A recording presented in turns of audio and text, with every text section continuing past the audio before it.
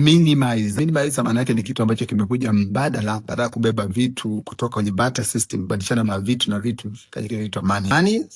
Zamani kulikuwa kuna kitu kinaitwa silver, kuna gold, kuna diamond. Kwa hiyo kila kitu ambacho watu wanataka kukabidhiana, kupeana au kuuziana, walipeana kati ya diamond, gold, silver.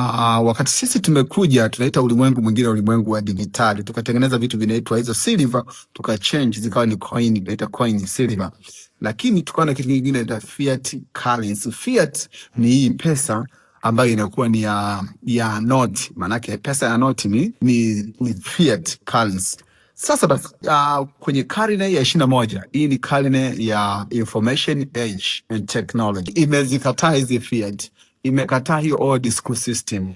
Leo hii kama hauna uwezo ujanja wa kuweza kuingia kwenye digital platform na kuongelea bidhaa yako ili upate wateja, na kuonyesha bidhaa yako ili upate wateja, na kuonyesha huduma unazozifanya ili ziweze kukupeleka mbele, my dear, hauna biashara kubwa isipokuwa una kazi kubwa. Ni Coach Paul Magola. In case kama labda una chuo, una ofisi, ni mjasiriamali au mfanyabiashara, unahitaji kuweza kupata skill set ya kuweza kufanya vizuri online, niandikia hapo chini, and I can assure you I can give you some skill, technique and methodology to maximize your business.